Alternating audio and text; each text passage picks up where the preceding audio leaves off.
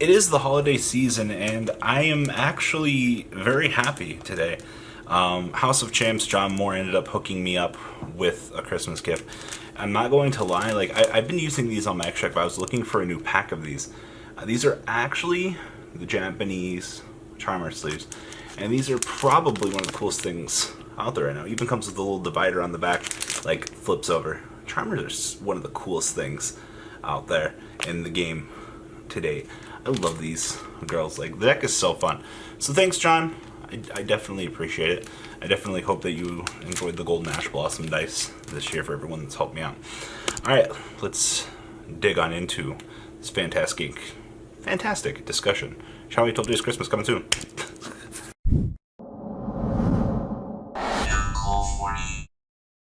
Alright, I wanted to talk about probably the 5 most interesting tech choices that I've seen come out of YCS Milan, and a little bit some other interesting things that kind of just caught my attention. So the first one over here is there can only be one. This is a Highlander reference, right?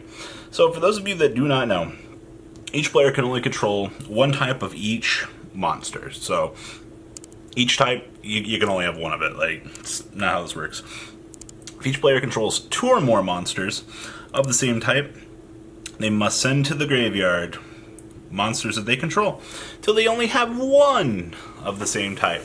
Now, I think this is pretty cute. I saw a lot of Sky Striker players kind of playing this at Milan. It was kind of catching on a little bit beforehand, but every time I see this come into play, the opponent always knows how to play around. I think it's really cute what the card does, because it's an immediate out to a lot of things, and plus, much like Rivalry and Goes, and putting that floodgate restriction on your opponent so that they can't really engage and play the game is fantastic. But with everything, as I said, the downside to this is when we were getting into Top Cut and we were kind of seeing there can only be one, 95% of the time people kind of were just like, oh, I can play around this, it's not really that big of a deal to me. So for the most part, I think in lower rounds and things like that, the card is extremely good for trying to control the metagame. As long as you can get it early in the Thunder Dragon matchup, you should be good. But on the flip side of things, if you're playing Sky Striker, your opponent's already going to have mass board wipe removal in the main deck for you, so you're not going to be able to kind of take full advantage of the card. It's good, it really is, and I don't see a better option at the moment, but it's just people kind of know how to play around it. Now, next up was actually Invocation in Pran Kids, and for those of you that don't know, it lets you fusion summon 1 fusion monster from your extra deck using monsters from your hand as material. And then if you're summoning an invoked fusion monster, you gain other effects and things like that. Now, this particularly stuck out to me was you have people that are playing the fusion recycling, playing at the field spell to go search for polymerization. Now on the other side of the equation over here, we have Invocation, of course, where you have a spell card that you can hard draw that kind of acts like a polymerization. It just gives you 2 more named polymerizations that you can initially draw on things. Now, I find this funny because, 1, he doesn't play Alistair, so there's no recyclability for it, but I think the key thing that I kind of was seeing a little bit here with this was if your opponent mind crushes you and calls polymerization, you're going to have a bad time, right? Like, that's how it would work. To me, mentally, I'd be like, okay, cool, like, I'm playing additional copies of this because if my opponent calls polymerization, I also have, Invocation to kind of fall back on. And I mean, who the hell in their right mind is going to think that a non-invoke deck is going to be playing Invocation? Am I right, or am I right? Like, Praying Kid sporting off Invocation was probably one of the most interesting card choices I've seen in a very long time. And I gotta give it up for innovation at its finest. I mean, people have to understand that tech choices and things like that, like while most people might not look at them as innovation and in their own right, unfortunately they are. It's the little things in Yu-Gi-Oh that matter. But if you mind crush polymerization, your opponent's holding the Invocation, it's gonna be a bad time for you. So Invocation was more or less just kind of something, I guess, kind of caught my attention. Now the next one is Gamma, and I've seen a lot of Gamma in a lot of side decks. Gamma has not seen any real love in the main decks as of late, actually. And this doesn't really surprise me all that much. You've kind of... Obviously, Gamma is really fucking good. Producing a wall that you can kind of sit on. I understand Driver's a pretty bad card. But most people this weekend were... I've seen citing it for the most part. Take it for a grain of salt for what it's worth, but, you know, honestly, I'm just kind of thinking to myself, it's like, being able to stop Ash, being able to stop Bell, being able to stop other things.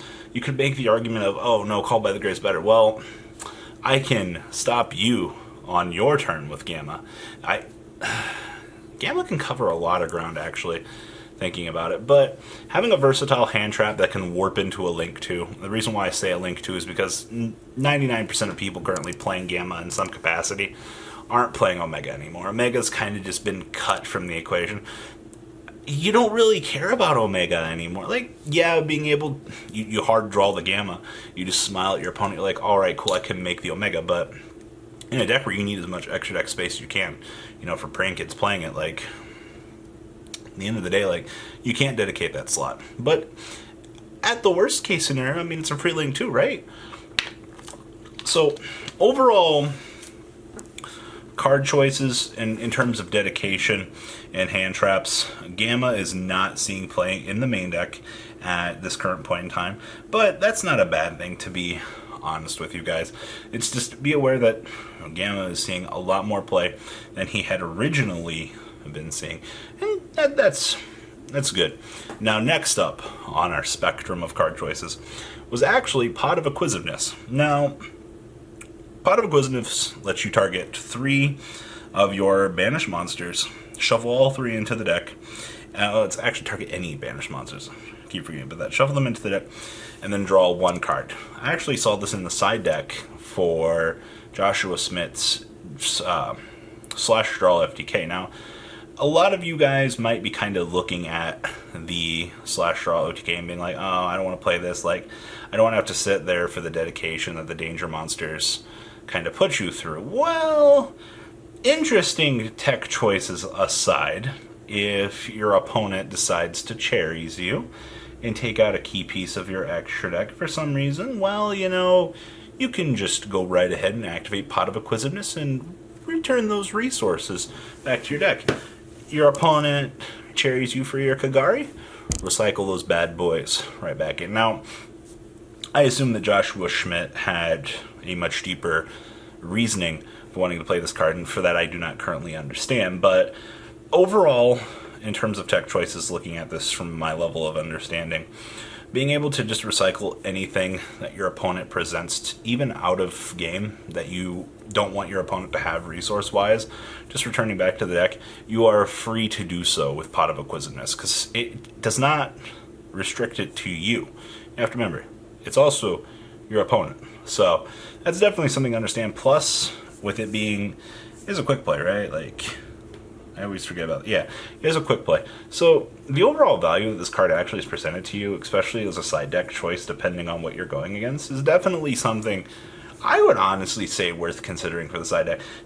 This one was very minorly noted in terms of tech choices, but it was just kind of there. So this is kind of something I want to point out. Now, the last one is actually an engine, and it is actually the Wind Witch engine. Now, I didn't really see this at Milan. I saw this more in the Zodiac tournament this month. I've been seeing a lot of True Draco and a lot of decks splashing the ABC engine in it.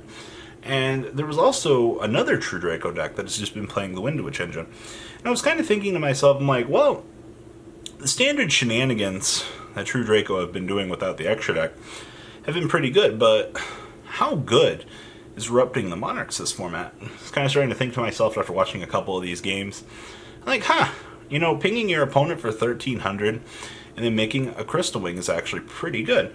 And then, you know, if you don't want to climb down that ladder, you've also got the ability to go into Clear Fast Wing, or whatever his name is, the pendulum version of it, where you can, you know, blink a monster attack, and then you can go into the Crystal Wing and attack over for 3,000. You've just got to put 5k more on board, and you've got an OTK with your opponent only having 1 monster, right? And this is all for 1 card dedication, by the way. So, kind of seeing the Wind Witch engine come back out of the woodwork after all of this time kind of just sparked my attention. I was like, huh, this is actually really fucking cute. Like, when was the last time you guys saw Crestwing on the field? Like, we kind of saw it at the beginning of Link era. Like, Crestwing was one of the best boss monsters that actually had existed out there. But we're kind of at this impasse now that it's like, do I really value it all that much? And if True Draco is really going to go down this path now, like, it definitely leaves something to be seen. So, also not being destructible. I mean, I guess how many people are actually playing kaijus at the moment to kind of out it? But it's kind of something I saw that I wanted to note in this discussion of tech choices, because honestly, I think that the Wind Witch engine is pretty spicy. So outside of that, these are my 5 most interesting things that I've kind of noted for the month that's kind of shown up in play. What do you guys think? Do you agree with these choices? You know, what do you guys think? Please leave a comment down below. Tell me what you guys think. And well, guys, Big Papa Robbie signing out. Peace. The ride never, well, truly ends. Thank you, patrons. Without you guys, I don't know what I'd be wearing in these videos. I might be a truffle shuffle incident all over again. Guys, please also check out Vanquil40 for some awesome Vanguard content. Some other interesting stuff you might find up here on the left or in the description as well. Thanks for watching.